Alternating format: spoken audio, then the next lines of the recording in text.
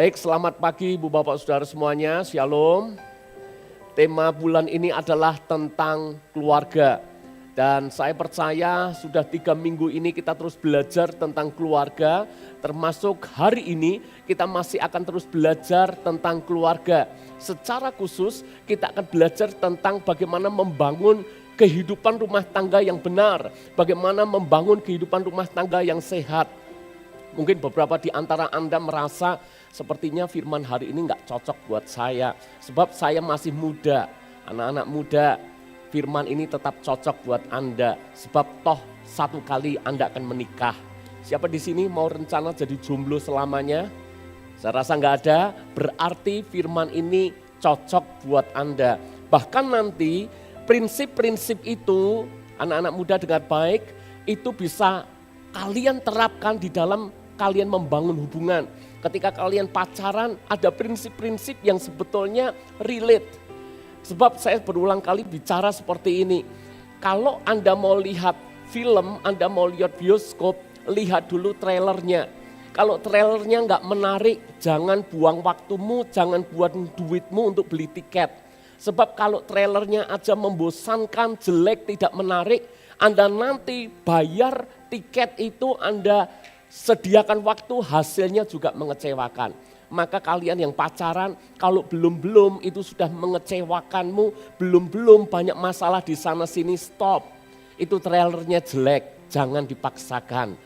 Dan saya percaya ini juga mungkin buat Anda yang mungkin single parent, Anda merasa saya nggak ada cita-cita mau menikah lagi Pak. Jadi apakah firman ini cocok buat saya? Mungkin ada oma-oma di sini. Saya rasa umur 70-80 tahun saya yakin tidak ada niatan untuk nikah lagi kan. Tapi apakah ini berarti tidak cocok buat Anda? Saya percaya bahwa Anda perlu mewariskan prinsip-prinsip value-value yang benar untuk anak cucumu. Anak cucumu misalnya cucu Anda satu kali akan menikah, satu kali akan pacaran. Anda tahu prinsip ini, Anda punya kesempatan, Anda bisa masukkan value-value yang benar. Jadi pastikan semua yang kita pelajari hari ini pasti memberkati kita semuanya. Amin. Siap belajar? Boleh angkat tanganmu yang siap belajar. Haleluya. Tema kita cukup provokatif. Menikah dengan batu. Katakan sama-sama. 2, 3. Coba lihat pasanganmu bareng beberapa detik. Apakah Anda menikah dengan batu? Saya bahkan coba cari gambar. Ini gambar aneh, tapi teknologi AI itu menolong saya. Saya cukup ketikkan beberapa prompt dan muncullah gambar di atas. Menikah dengan batu, artinya apa? Nanti kita akan pelajari sama-sama. Dan saya ingin memulai dengan ini saudara. Seandainya waktu itu bisa diputar ulang. Seandainya Anda kembali beberapa tahun yang lalu, 20 tahun yang lalu, 30 tahun yang lalu, 5 tahun yang lalu buat Anda yang baru menikah. Ada satu pertanyaan buat Anda. Kira-kira kalau Anda diberikan pilihan dan waktu itu bisa diputar ulang. Kira-kira apakah Anda akan menikah dengan suamimu atau dengan istrimu yang sekarang? Atau Anda mau tuker? Anda bilang Tuhan, kalau waktu bisa diputar balik, sepertinya ijol Tuhan. Atau Anda memilih Tuhan, saya tetap dengan pasangan saya yang sekarang. Tidak usah dijawab, karena saya khawatir kalau Anda jawab nanti geger ujung-ujungnya. Kalau Anda berkata Tuhan, kalau seandainya waktu bisa diputar ulang, saya tetap mau menikah dengan pasangan saya yang sekarang. Kalau ada yang A ini, tolong angkat tanganmu. Ini juga pertanyaan bahaya saudara, kok enggak angkat tangan ini gitu ya. Saudara, kalau Anda berkata aku tetap mau menikah dengan pasanganku yang sekarang, puji Tuhan. Pernikahanmu dalam keadaan sehat dan baik. Tetapi seandainya, saya bilang seandainya hati kecilmu berkata kalau mau jujur, saya menyesal menikahi dia. Nah, mungkin ada di antara Anda berkata, saya juga menyesal mau dinikahi oleh dia. Kalau ada seperti itu, Perceraian bukan solusi. Amin. Hari-hari ini kan kita dicekoi dengan sedikit-sedikit cerai. Pernikahan itu ikatan yang paling kuat dan ikatan yang paling sakral. Tidak ada yang boleh memisahkan sebuah pernikahan selain daripada maut. Amin. Kalau Anda berteman, temanmu gak asik, Anda boleh kok keluar dari pertemanan itu. Betul gak? Kalau Anda bekerja, ternyata atasanmu berubah, sistem gaji diubah, Anda ditekan, tidak nyaman dengan pekerjaanmu, Anda boleh kok keluar dari pekerjaanmu. Bahkan di gereja misalnya Anda merasa tidak bertumbuh, Anda sudah mengusahakan sekian lama tidak bertumbuh, tidak berbuah. Saya pribadi juga mengatakan bahkan kepada jemaat, kami mengizinkan cari tempat yang lain. Tetapi khusus yang satu ini saudara, bahkan ketika pernikahanmu sepertinya kurang berhasil, bahkan ketika Anda merasa Anda tidak happy dengan pernikahanmu, solusinya bukan Anda keluar dari ikatan itu. Solusinya bukan Anda pisah, solusinya bukan Anda cerai. Saya kasih ilustrasi seperti ini. Seandainya rumah Anda bocor, saya kasih dua pilihan. Pilihan pertama, Anda memperbaiki. Pilihan yang kedua, Anda membangun rumah lagi. Kira-kira kalau Anda ngalami rumahmu bocor, Anda akan pilih yang pertama atau Anda pilih yang kedua? Kalau rumahmu bocor, siapa langsung memutuskan, Mah rumah kita bocor, yuk kita bangun rumah lagi, ada? Saya jamin nanti 5, 7 tahun, 10 tahun Anda akan berkata, Pah rumah kita bocor, ayo kita bangun rumah lagi. Gitu. Rumahmu pintunya kena rayap, apa yang mesti Anda lakukan? Anda ganti pintunya, bukan ganti rumahnya. Masuk akal gak? Kecuali Anda benar-benar crazy rich-nya Solo, ya lantainya sedikit ada noda, nggak bisa hilang, Mah kita bangun rumah yang baru. Itu crazy rich. Bahkan yang crazy rich pun tidak segila itu saudara, tidak se-crazy itu. So gini, kalau rumahmu bermasalah, Anda tidak buru-buru membangun rumah kan? Anda cari sumber masalahnya di mana. Pernikahan seperti itu. Kalau masalah di dalam pernikahanmu, dalam keluargamu, masalahnya misalnya finansial, solusinya bukan Anda cerai, cari yang lebih kaya, bukan. Solusinya adalah atasi, mungkin cara mengelolanya, mungkin cara kita bekerja, atasi. Kalau masalahnya komunikasi, bukan Anda memutuskan untuk cerai karena merasa tidak nyambung, enggak. Anda mulai bangun komunikasi yang intens. Masalahnya apa? Anda perbaiki di sana. Saya rumah, puji Tuhan rumahnya juga dalam keadaan baik.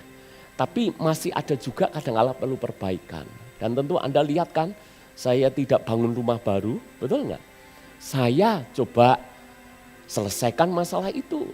Kalau lampunya putus, lampunya padam, saya akan beli, saya ganti, selesai. Tapi ada waktunya juga, rumah itu saya tidak bisa selesaikan. Karena saya bukan tukang kan, maka yang saya perlu lakukan apa? Saya panggil Pak Anwar, saya panggil Pak Andi yang itu saudara. Khawatirnya Pak Andi ternyata bisa nukang, khawatir saya nanti heboh. Saya panggil tukang dan menyelesaikan, selesai. Kalau Anda punya masalahmu sepertinya masih belum menemukan titik keluar, jalan keluar yang bagus. Anda kalau nggak bisa selesaikan sendiri, datang kepada hamba Tuhan, datang kepada kami bisa, datang kepada Pak Andi bisa, minta tolong. Itu mirip kita selesaikan rumah kita yang rusak dengan kita panggil tukang. Amin. Yang penting jangan pernah jadikan perceraian itu menjadi sebuah solusi. Nggak ada yang namanya bercerai itu solusi. Dan firman Tuhan hari ini sekali lagi bukan menyalahkan atau menghakimi buat Anda yang mungkin pernah gagal dalam pernikahan Anda yang dulu. Anda mungkin pernah bercerai, Anda mungkin dengan sekarang mungkin suami yang kedua atau bahkan suami yang ketiga. Kami tidak menghakimi Anda, kami tidak menyalahkan Anda, menilai Anda. Yang penting Anda sekarang dengar prinsip ini supaya itu tidak terulang lagi. Amin saudara. Mari kita akan belajar sekarang Matius 19 ayat yang ketiga. Matius 19 ayat yang ketiga. Saya bacakan buat saudara. Maka datanglah orang-orang Farisi kepadanya untuk mencobai dia. Mereka bertanya, apakah diperbolehkan orang menceraikan istrinya dengan alasan apa saja? Jawab Yesus, tidakkah kamu baca bahwa Ia yang menciptakan manusia sejak semula menjadikan mereka laki-laki dan perempuan, dan firman-Nya, sebab itu laki-laki akan meninggalkan ayahnya dan ibunya dan bersatu dengan istrinya sehingga keduanya itu menjadi satu daging.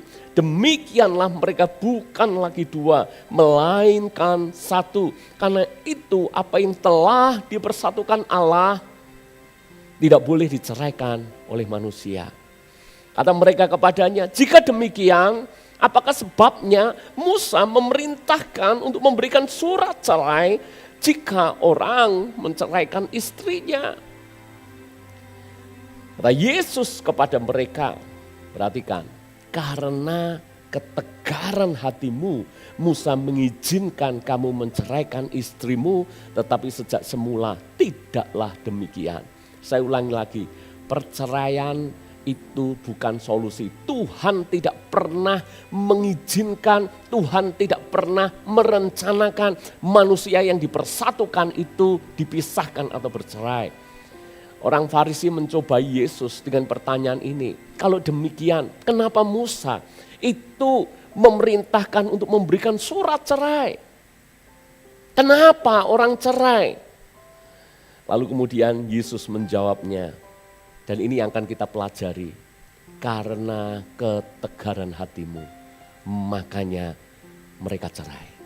Ketegaran hatimu, kekerasan hatimu, kedegilan hatimu. Saudara-saudara, saya yakin penyebab perceraian itu sebenarnya bukan soal ketidakcocokan. Saya dan istri banyak hal juga tidak cocok, tapi kami tidak akan pernah bercerai.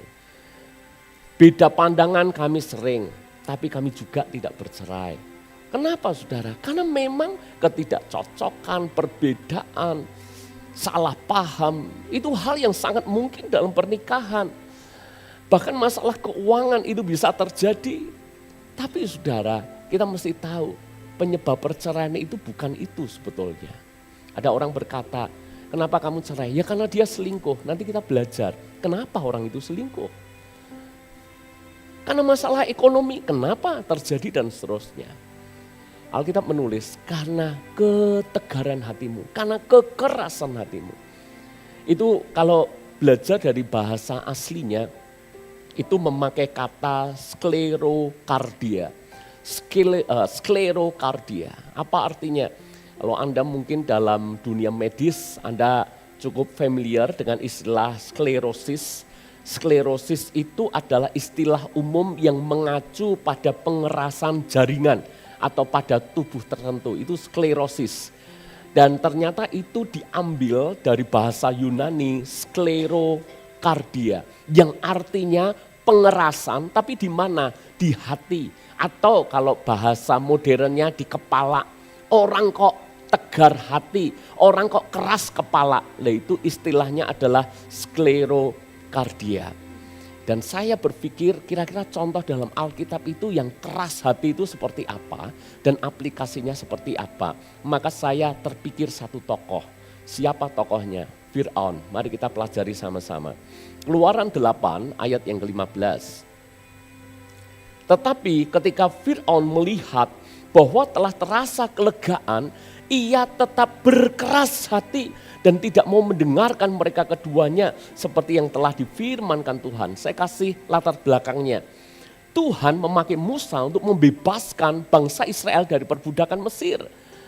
Dan tulah demi tulah terjadi di antara orang-orang Mesir, bahkan di depan mata Fir'aun. Tetapi saudara-saudara, Fir'aun yang awalnya ketika ngalami tulah itu, dia minta kepada Musa supaya tulah itu dihentikan dengan janji nanti akan membebaskan bangsa Israel. Tetapi nyatanya adalah begitu dia janji, dia tarik lagi. Alkitab menulis ia tetap berkeras hati. Loncat ayat yang ke-19. Jadi tulah 1, tulah 2, tulah ketiga. Terus mainnya seperti itu. Dia minta supaya tulah itu dihentikan dengan janji nanti akan dibiarkan pergi. Tapi ditarik lagi janjinya. Ayat 19. Lalu berkatalah para ahli itu kepada Fir'aun, inilah tangan Allah. Bahkan ini orang-orangnya Fir'aun, dukun-dukunnya Fir'aun berkata ini tangan Allah sendiri. Tetapi hati Fir'aun berkeras dan ia tidak mau mendengarkan mereka seperti yang telah difirmankan Tuhan. Loncat ayat 32. Tetapi sekali ini pun Fir'aun tetap berkeras hati. Ia tidak membiarkan bangsa itu pergi. Sampai matinya Fir'aun, dia tidak pernah membiarkan Israel pergi. Artinya apa? Ini orang batu kepalanya.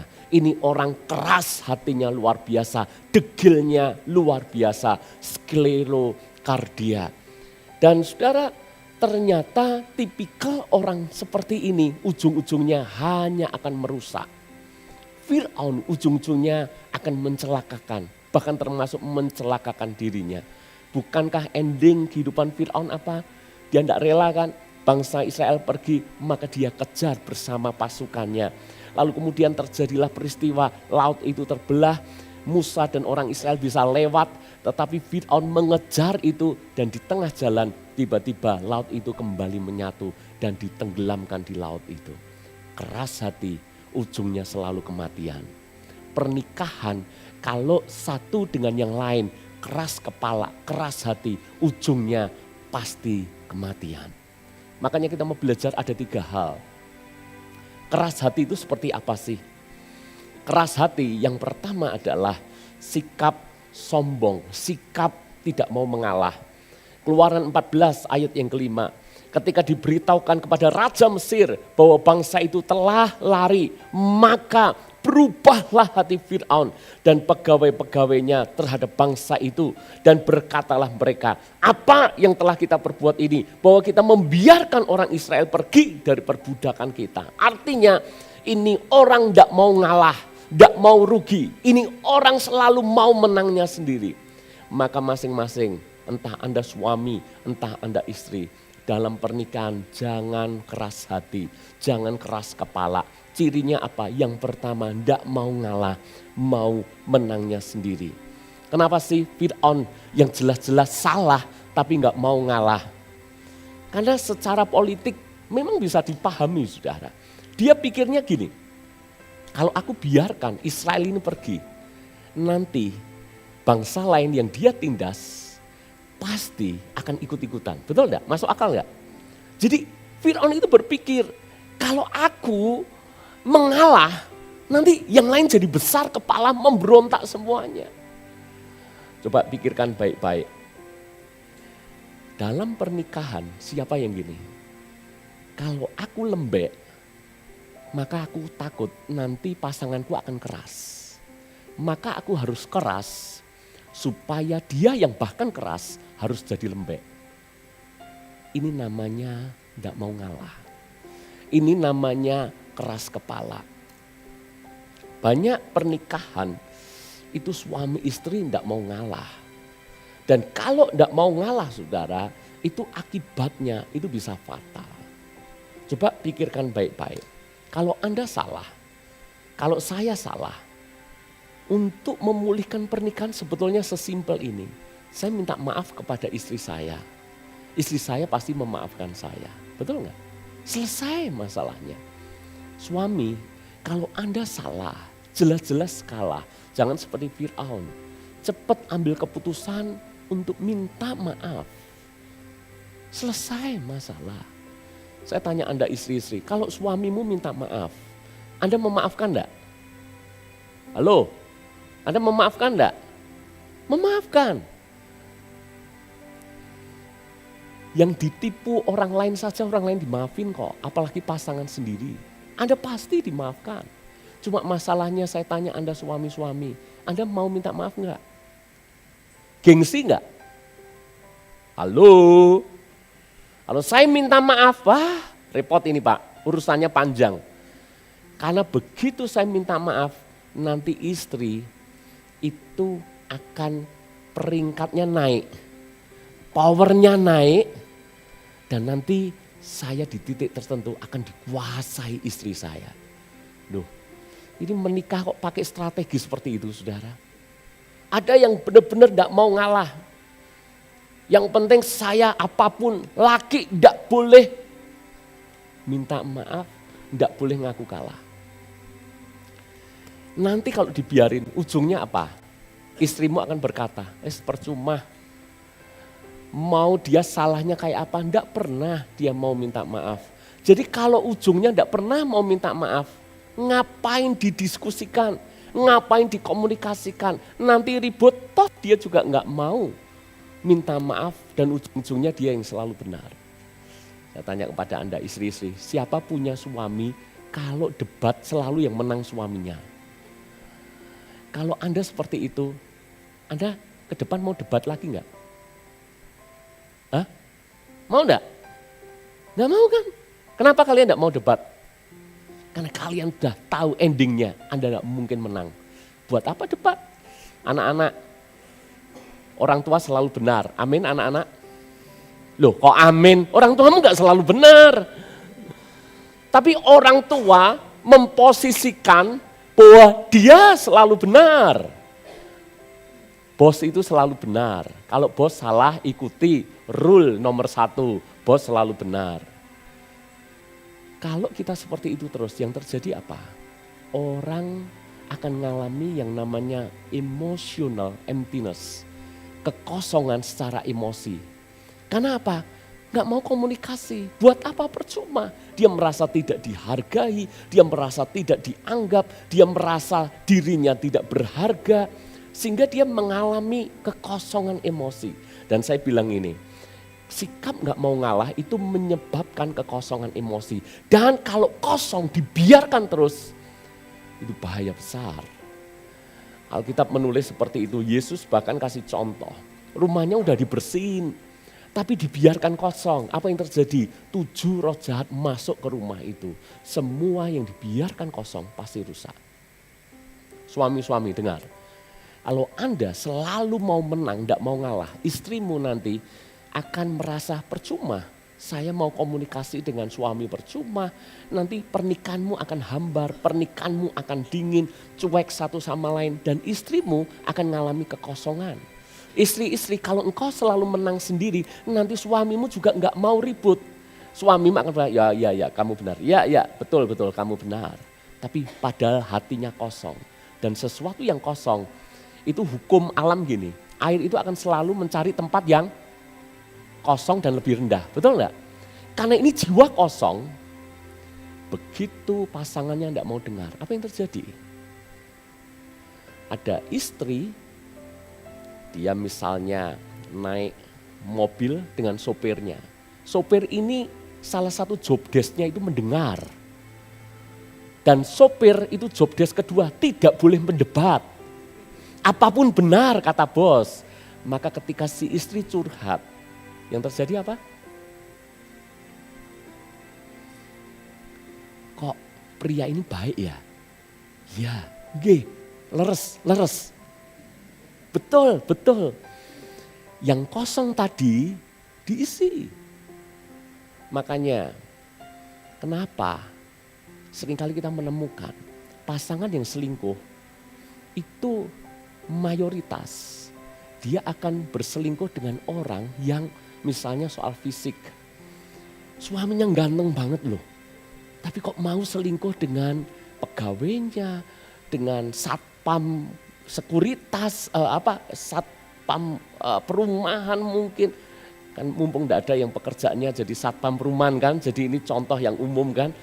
Siapapun yang levelnya jauh di bawah, sebetulnya bukan love is blind, bukan buta saudara. Tapi karena memang hatinya kosong, mudah diisi. Perhatikan juga, kenapa pria ganteng, mapan, dia bos, selingkuh dengan misalnya pembantu rumah tangganya, selingkuh dengan pegawainya, yang cantik nyonyanya banget, betul enggak? Tapi kenapa ya mau ya? Saudara, emotional emptiness, kekosongan secara emosi, maka bisa dengan mudah diisi dengan yang lain. Makanya warning buat kita, kalau kita punya sikap gak mau ngalah, itu bisa merusak seperti itu. Anak sama, mari orang tua, kita itu bisa salah. Kalau ada salah, minta maaf. Saya pernah marah dengan Brian, dan Brian itu anak baik, jadi dia diem, responnya diem. Ya, tapi berapa waktu kemudian saya sadar bahwa sebetulnya ceritanya tidak seperti itu. Salah pahamnya itu banget dan saya pihak yang salah. Jadi saya baru ngeh, kenapa anak tadi bisa demikian diem. Bersyukur Tuhan tunjukkan di mana saya salah. Saya segera datangi anak saya benar-benar minta maaf dengan tulus. Saya bilang, sorry papa benar-benar gak ngerti kalau ceritanya seperti itu. Kalau tidak saudara, nanti anak saya selalu menganggap papanya ini gak mungkin salah. Papanya pendeta kok, amin. Pendeta mana bisa salah, betul gak? Nanti anak saya menganggap saya gak mungkin salah. Percuma ngomong sama papa selalu benar, kami selalu salah. Nanti anak-anakmu gak akan pernah mau komunikasi dengan engkau. Gak pernah punya waktu dekat dengan engkau. Nanti tiba-tiba Anda akan kehilangan anak-anakmu. Emosi ini gak boleh dibiarkan kosong. Amin. Bagaimana gak boleh dibiarkan kosong? Jangan pernah selalu merasa diri paling benar. Merasa diri paling benar itu namanya seperti Fir'aun, keras hati. Yang kedua, keras hati itu seperti Fir'aun di dalam Keluaran pasal yang pertama ayat yang ke-13. Saya bacakan buat saudara.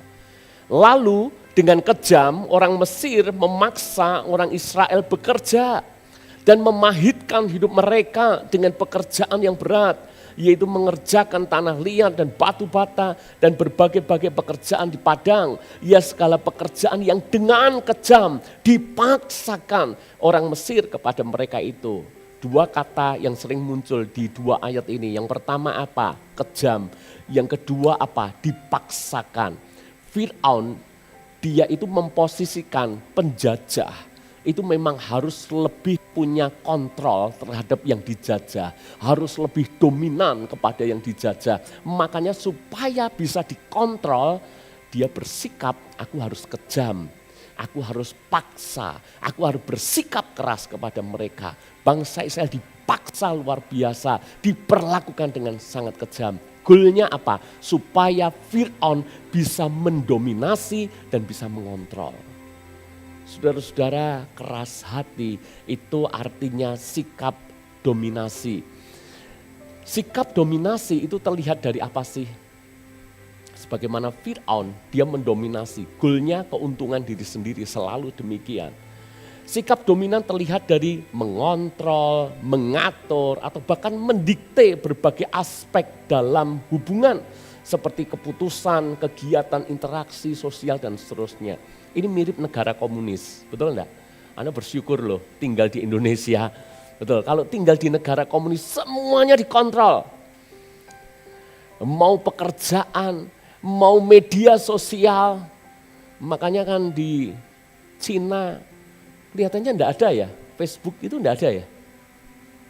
Media sosial yang seperti ada di kita enggak ada.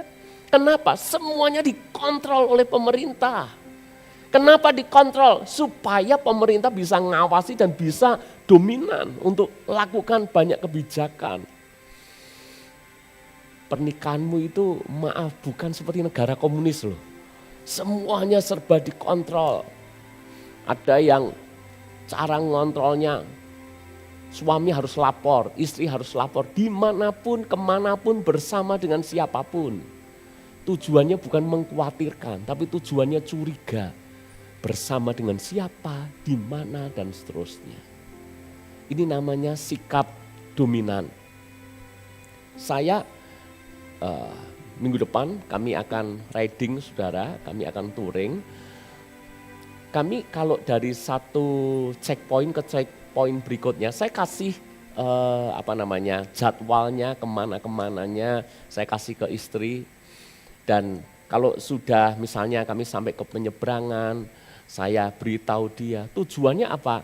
Ini bukan ibu gembala mau mendominasi, bukan mau mengontrol saya. Tapi saya tahu istri kadang-kala kan was-was, ini sudah nyampe belum ya? Aman enggak ya? Perjalanan gimana ya? Makanya kami seringkali tukar informasi, saya kasih informasi kepada istri saya. Tapi saudara-saudara, tujuannya bukan untuk mengontrol, tapi supaya istri saya dalam keadaan aman memikirkan saya. Karena saya satu-satunya pria yang paling dicintainya, amin. Nah, saudara-saudara, sikap dominan terlihat dari apa? Tidak memberikan ruang untuk kebebasan individu. Ya. Manusia itu punya kebebasan untuk berekspresi, betul enggak? Tapi siapa di sini, suami-suami atau nanti istri-istri saya tanya, bahkan suaminya mau pakai apa, itu yang ngontrol pasangannya, ada? Wes, kamu pakai ini ya. Membelikan baju seperti apa, pakai ini ya. Padahal kan tiap orang punya kebebasan berekspresi ya. Tapi bahkan kalau hal itu diatur, kebebasan individu diambil, itu pernikahan gak sehat. Istri saya mau pakai baju apa, mau beli apa, saya kasih kebebasan kok.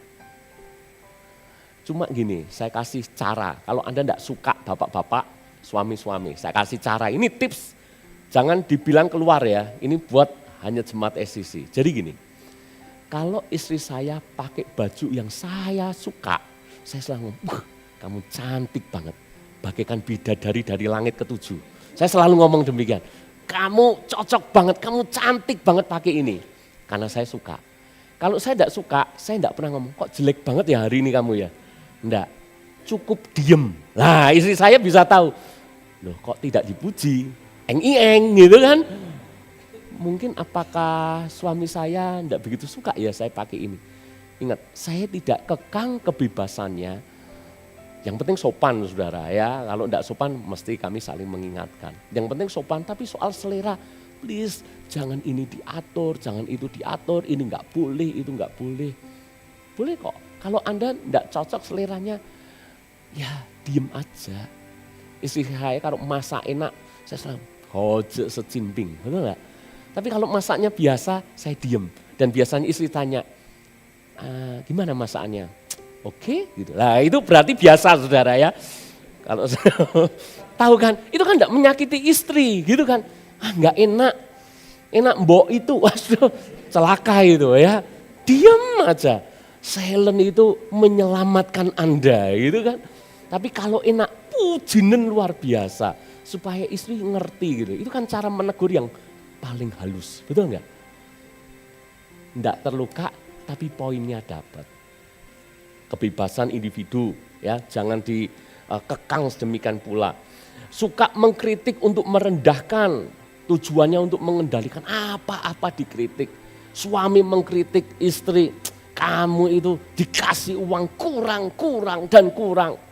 Ada yang seperti itu, suami-suami. Tujuannya mengendalikan. Padahal kurang karena duit sih mbok kasih itu terlalu sedikit. Makanya kurang. Tapi suami berpikir, ini kalau tidak aku kritik, nanti minta tambah. Betul enggak? Kalau sudah dikritik kurang, makanya istri akan memposisikan apapun dicukup-cukupkan. Ini kan jahat namanya. Ini tindakan mendominasi seperti itu.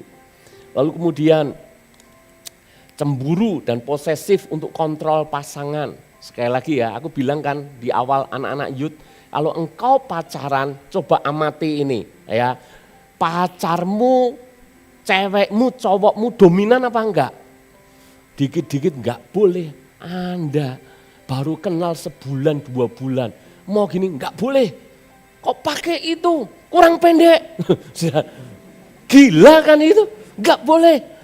Mau pakai ini diatur, mau pakai itu diatur. Udahlah itu ciri pertama. Itu cowokmu Fir'aun. Betul enggak?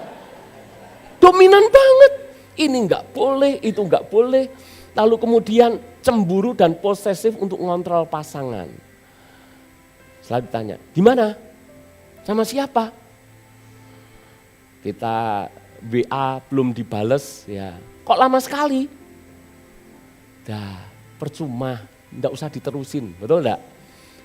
Lihat itu yang sudah kebacot kayak gini-gini, itu repot loh saudara ya.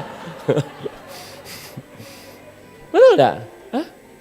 Jangan kalau pasanganmu dikit-dikit curiga karena posesif, cemburu, jangan. Ya. Kami ini kemarin kan sempat ada pertanyaan ya, kira-kira handphone itu perlu passwordnya dikasih tahu enggak? Ya. Sebab saya punya kenalan, passwordnya istrinya bahkan enggak tahu, anaknya enggak tahu, tiba-tiba meninggal. Semua data ada di handphonenya, aduh itu pusing sekali. Makanya suami, istri, anak bahkan belajarlah untuk percaya. Kasih passwordmu, tapi jangan salah gunakan. Istri saya tahu password saya tahu password istri saya tahu password anak-anak saya, tapi saya tidak pernah itu ngeceki handphonenya dia. Kenapa? Ini dua hal saling ya, saling percaya dan saling bisa dipercaya. Tujuannya apa? Jangan cemburu, jangan posesif. Kemudian dia paksakan kehendak dan mengabaikan kebutuhan atau perasaan pasangan. Ada slogan lebih baik minta maaf daripada minta izin. Setuju enggak ibu-ibu, bapak-bapak? Hah? Tiba-tiba teng pulang bawa motor baru. Si istrinya lihat apa itu? Senyum. Biasa orang kalau salah ekspresi pertama itu senyum. Betul enggak? Murah ini, diskon, promo. Istrimu itu mau beli apapun itu boleh kok. Tanya istri saya, boleh enggak?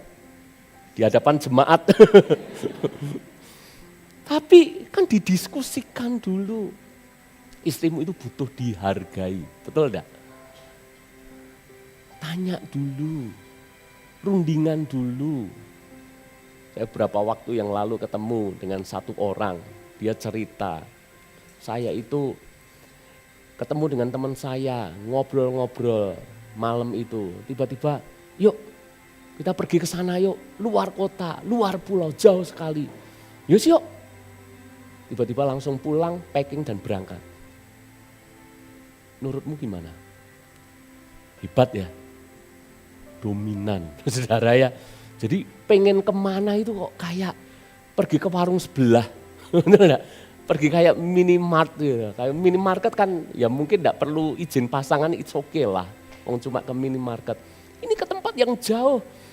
Tiba-tiba yuk kita ke sana yuk. Gitu. Kapan? Sekarang gitu ya yuk gitu. Langsung pulang ke rumah masing-masing, langsung packing, langsung berangkat. Istrinya perasaannya gimana? Halo? Siapa di sini pergi kemana izin pasangannya? Kasih tahu ya. Bukan istrimu itu mengekang Anda, tapi belajar hargai pasanganmu. Amin. Ya. Ciri dominasi atau dominan itu menyebabkan bisa kehilangan jati diri. Nanti pasangan kita menjadi inferior, menjadi minder karena diperlakukan seperti itu terus. Dan ya sedikit ya kemarin terima kasih Pak Andi sudah sampaikan khotbah dengan sangat bagus, memberkati tentang posisi ini dominan ya, tapi saya mesti singgung juga karena ini menjadi kebutuhan sekaligus pertanyaan banyak jemaat ya. Pertanyaannya seperti ini, kira-kira prinsip firman Tuhan soal dominan ya. Beberapa istri itu memang dilahirkan itu dominan.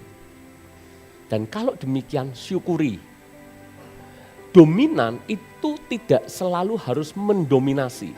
Bisa nangkep enggak? Kalau ditanya istri saya dominan enggak? Istri saya itu tipe dominan. Dia tipe mandiri, dilepas sendiri bisa-bisa. Pasti bisa. Tapi dominan tidak selalu harus mendominasi. Makanya kira-kira prinsip istri jadi kepala itu boleh enggak? Boleh enggak? Lah saya dilahirkan dominan kok. Sementara suami saya dilahirkan tidak dominan. Jadi si istri ini kalau secara bahasa itu koleris, karakteristiknya pemimpin banget. Tapi si suami itu flegmatis. Kira-kira kalau situasinya seperti ini, yang pegang kontrol itu yang suami atau istri? Halo, yang mana saudara? Saya jelaskan saudara, ya singkat aja. Enggak boleh ada dua nahkoda dalam satu kapal. Apapun itu. Tidak soal istri, Anda punya gaji lebih besar, punya posisi lebih tinggi. Enggak boleh Anda jadi nahkoda dalam kapal itu. Belajar hargai suamimu. Sebab Anda posisimu bisa tinggi, gajimu bisa banyak, duitmu lebih banyak dari suamimu. Saya bilang kepada Anda, itu salah satunya adalah berkat daripada suamimu yang juga hidupnya takut akan Tuhan. Setuju enggak? Hargai. Dulu ketika kami ngerintis spirit, saya kan cerita, 2 tahun pertama saya benar-benar enggak ambil spirit ini uangnya untuk kami pakai kebutuhan sehari-hari, kami enggak pakai. Kami masukkan ke modal lagi, karena modalnya sangat terbatas. Kami hidup dari apa? Kami hidup hanya dari gaji istri. Saya hidup dari gaji istri kan secara tidak langsung. Apakah saya minder? Enggak. Enggak apa-apa, karena kita ini 2 jadi 1 kok. Kalau 2 jadi 1 itu enggak soal mau gajinya siapa yang lebih besar. Waktu itu gaji istri saya yang lebih besar, jauh lebih besar.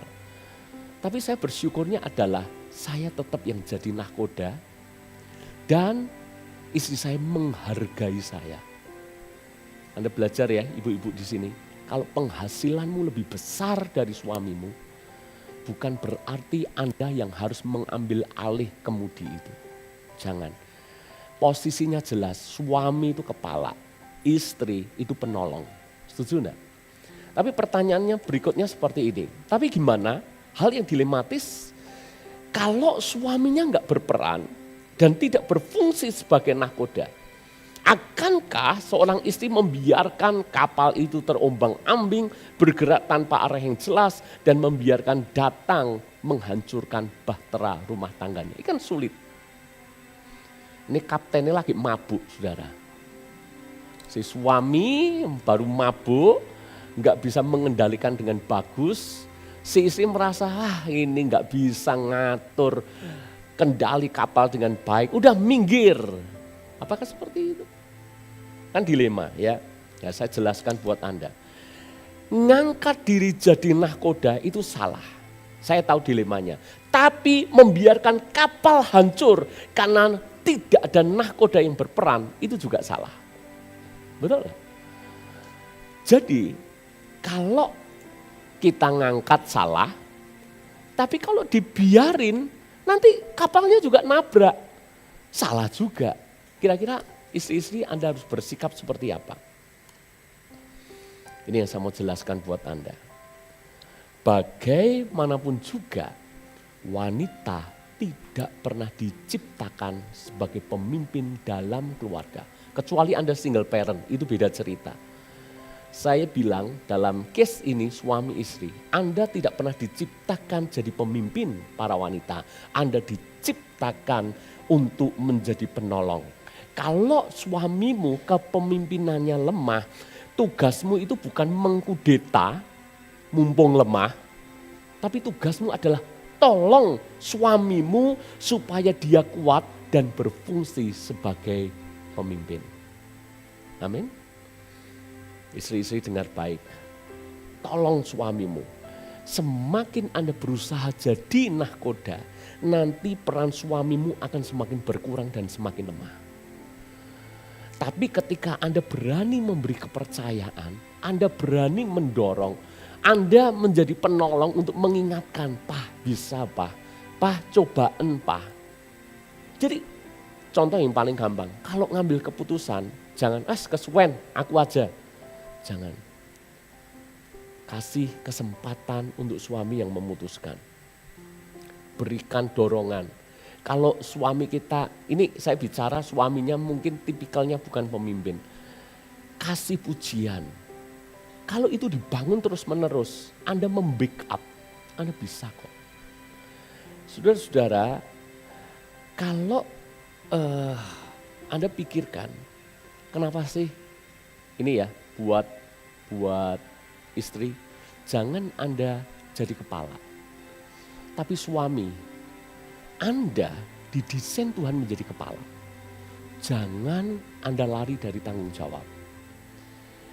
Anda pikir, ini pria-pria dengar baik, Anda pikir istrimu niat awal itu mau mendominasi Anda, sebetulnya enggak selalu.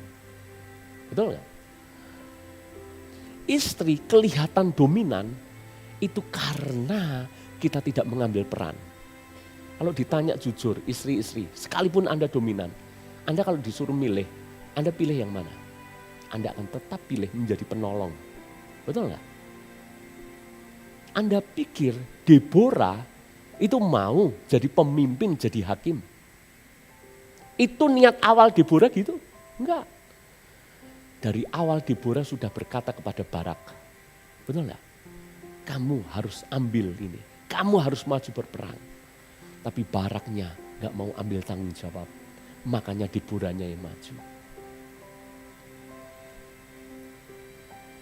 Suami, istrimu itu lebih bahagia kalau dia berada dalam posisi aman, nyaman, berada dalam kepemimpinanmu yang kuat. Amin.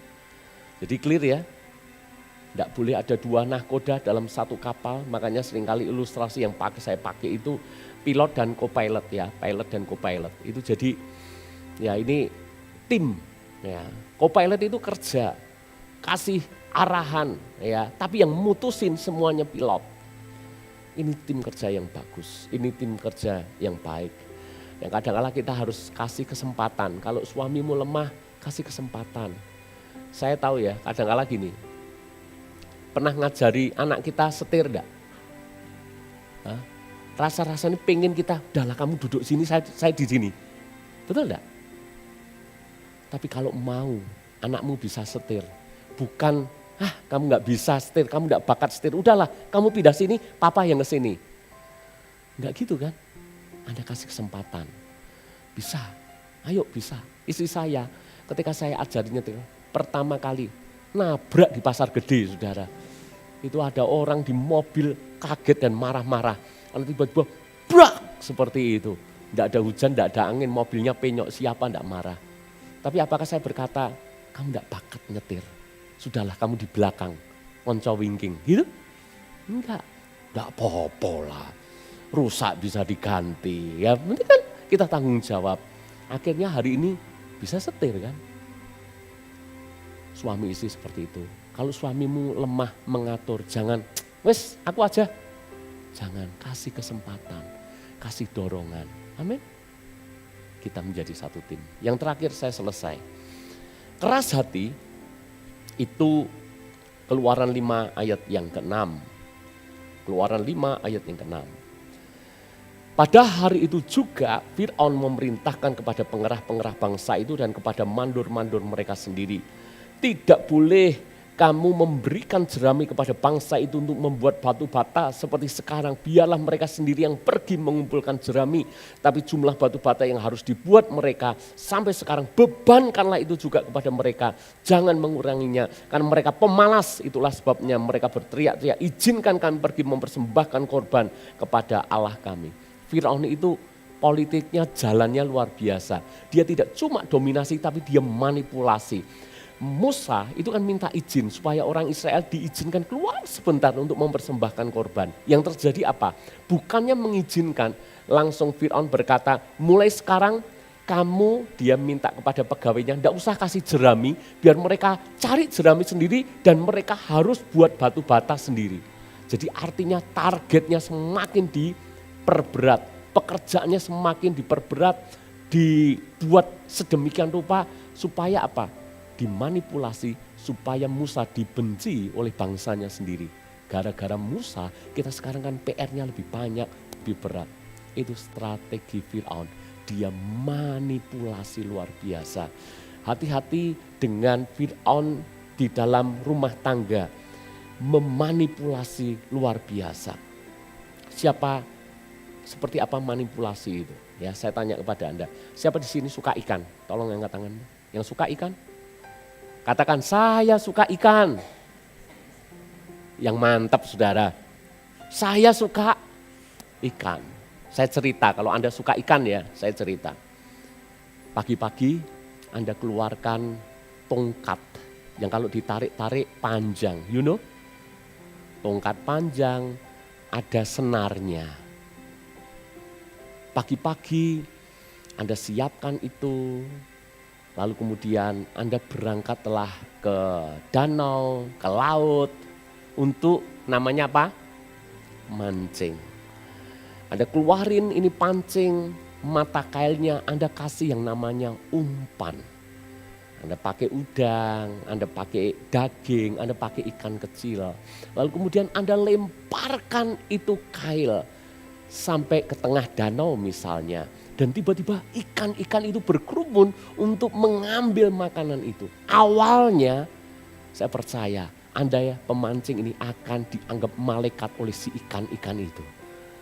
Ikan-ikan itu akan berpikir hari ini ada orang baik mengunjungi kita. Buktinya apa? Dia kasih makanan kepada kita. Dan pada berebut ini yang namanya ikan-ikan. Dan ketika ikan itu yang paling awal mendapat, ikan itu merasa aku ini orang paling beruntung. Aku kok merasa orang paling beruntung. Aku ikan paling beruntung di antara ikan-ikan yang lain. Karena aku nomor satu yang mendapatkan makanan ini. Awalnya dia berkata, wah ini orang baik pasti kasih makan dengan cuma-cuma. Siapa aku ini? Betul enggak? Dan begitu dia makan apa yang terjadi? Dia tarik pancing itu. Maka ikan tadi mulutnya akan kena kail yang tajam itu. Begitu kena kail yang tajam. Maka sakit, maka berdarah. Celakanya adalah tidak bisa lepas. Betul enggak? Terjadi tarik menarik. Tapi akhirnya kalah juga, sampailah di darat, dilepaskan. Ketika dilepaskan, ikan itu masih punya iman dan pengharapan bahwa dia akan dirilis, dilepaskan. Tapi nyatanya ikan itu digoreng, Anda tahu banget. Belum, jangan mendahului cerita. Ikan itu diambil dulu. Tidak mungkin menggoreng di danau ya. Diambil dulu, dimasukkan ke kotak. Ikan itu udah loncat. Akhirnya ikan itu mati. Ikan itu mati, kemudian ikan itu dibawa pulang. Kemudian dengan sadis ambil pisau, dia belasret. Kemudian dia keluarin semua isi perutnya. Dan kemudian digoreng, setelah digoreng, dimakan, setelah dimakan, saya suka ikan. Siapa suka ikan?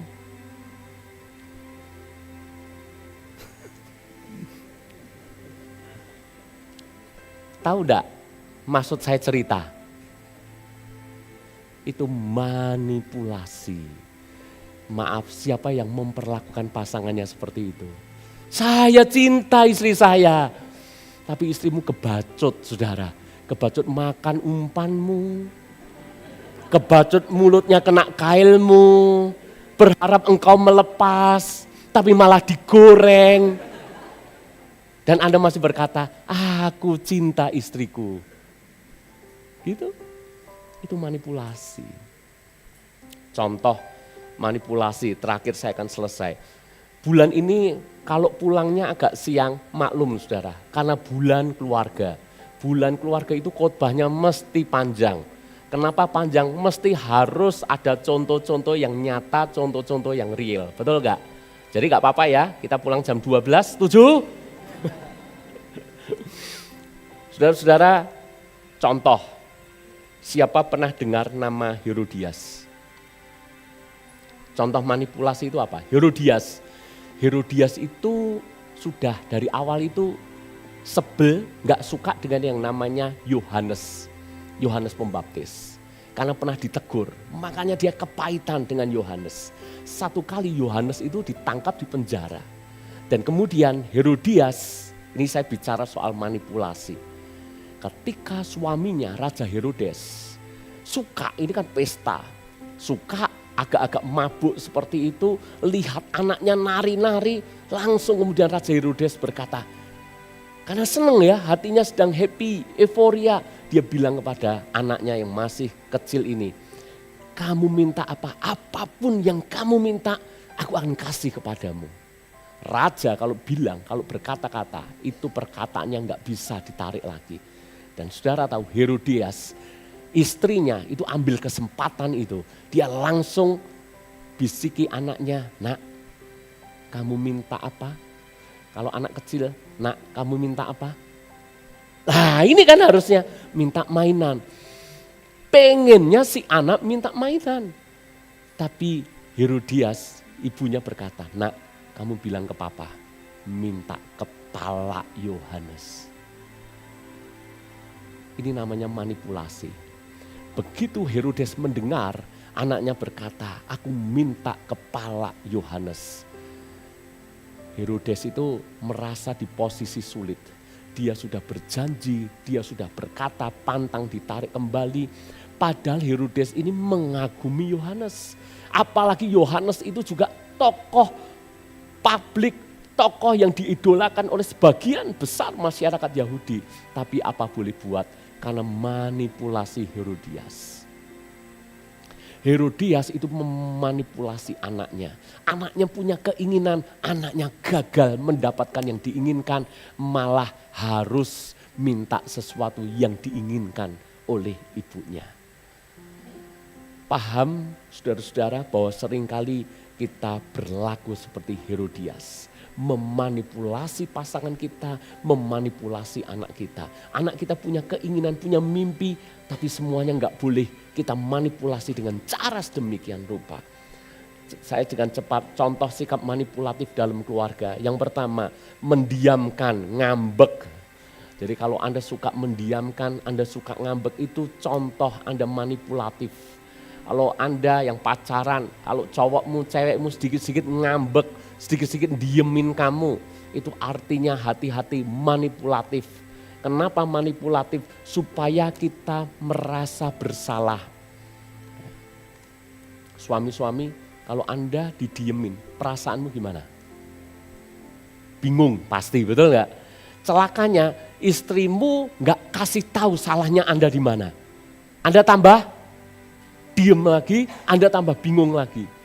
Mendiamkan itu seringkali dipakai untuk menghukum. Itu namanya manipulatif. Janganlah kita seperti itu. Kemudian yang kedua ini contohnya playing the victim. Jadi memposisikan diri itu sebagai korban. Suaminya boros. Saya kasih contoh itu berimbang. Saya tidak memihak suami atau istri ya. Saya kasih contoh itu berimbang. Suaminya boros.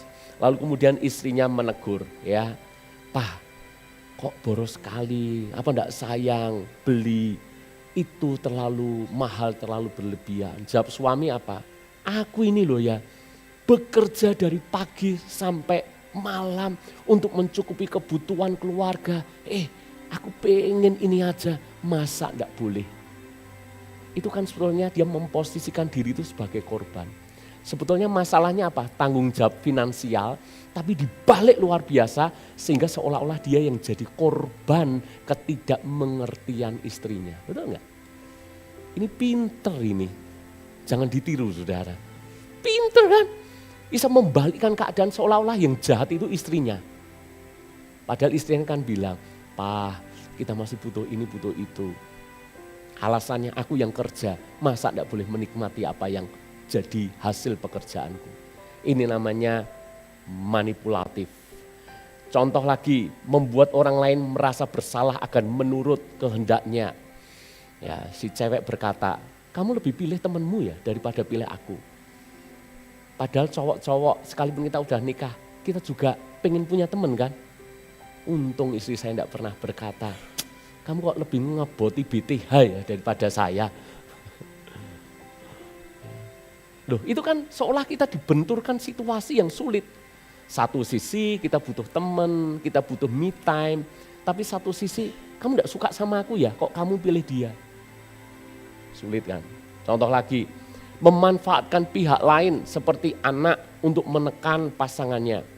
Saya punya teman ini ya, bukan anggota kita tapi dia cerita. Piye aku bisa touring? Nah, kalau aku touring itu istriku itu selalu membisiki anak-anakku, kamu buat supaya papa enggak touring. Jadi kalau pas hari itu anaknya minta acara ini, acara itu, acara ini, acara itu. Padahal motivasi yang pertama itu istrinya cuma tidak mau suaminya touring, masalahnya itu. Tapi dia pakai anak-anaknya untuk membuat suaminya nggak bisa touring. Ini contoh manipulatif. Lalu kemudian menggunakan ayat-ayat Alkitab untuk menyerang. Ya, puji Tuhan saya pendeta tapi nggak pernah pakai ayat kan kita. Tunduk kepada suami. Saya tidak pernah pakai ayat itu. Ya. Ayat Alkitab itu bukan dijadikan alat untuk orang lain. Ayat Alkitab itu untuk diri sendiri. Amin. Amin. Jadi kalau nanti serang-serangan ayat ngomong ya, ayat itu untuk kita, bukan untuk situ, gitu kan? Selalu kita katakan demikian. Yang terakhir, sikap manipulatif itu akan merusak kepercayaan dan komunikasi serta menyebabkan luka emosional berkepanjangan. Kalau orang ditipu itu rasanya tidak akan percaya. Berapa waktu yang lalu kami ini makan bareng ya, saya, istri dan Wilson makan kayak di sebuah kafe, kemudian di bagian teras depan seperti itu. Lalu kemudian datanglah seorang pengemis agak gemuk, pakai tongkat, jalannya itu tertatih-tatih gitu. Saya pikir kok kasihan banget ya ini ya bapak-bapak ini. Nah, kemudian saya bilang ke istri, coba kamu ambil uang, minta Wilson kasih ke orang yang minta-minta itu. Ya, dia hanya berada di luar sih sebetulnya. Ya, tidak diizinkan masuk tentu saja. Kemudian anak saya kasih uang itu. Ya. Kemudian kami kan di teras sehingga kami bisa ngamati apa yang terjadi selanjutnya. Ya, pertama itu memang jalannya masih gini-gini saudara. Ini kasihan. Tapi di sudut tiba-tiba itu tegak lurus gini loh. Padahal dia pakai tongkat, saya pikir wah kasihan banget. Bisa enteng naik motor jereng gitu. Wah saya waktu itu memberi tapi saya tidak jadi berkat ya kayak gini loh. Jadi marah, kurang ajar. Saya ditipu mentah-mentah sama. Setelah itu kalau ada pengemis, saya itu jadi tidak percaya itu. Jadi saya, Jojo ngapusi gitu. Aduh. Karena memang orang kalau kena tipu, itu jadi kehilangan kepercayaan. Jangan manipulatif, amin. Supaya hubungan saling percaya. Tuhan memberkati kita semuanya. Doa saya pernikahanmu diberkati Tuhan, makin harmonis, amin. Ya, anak-anakmu bisa mencontoh pernikahanmu, sehingga kita semuanya bisa menikmati pernikahan yang bahagia. Yuk kita berdoa.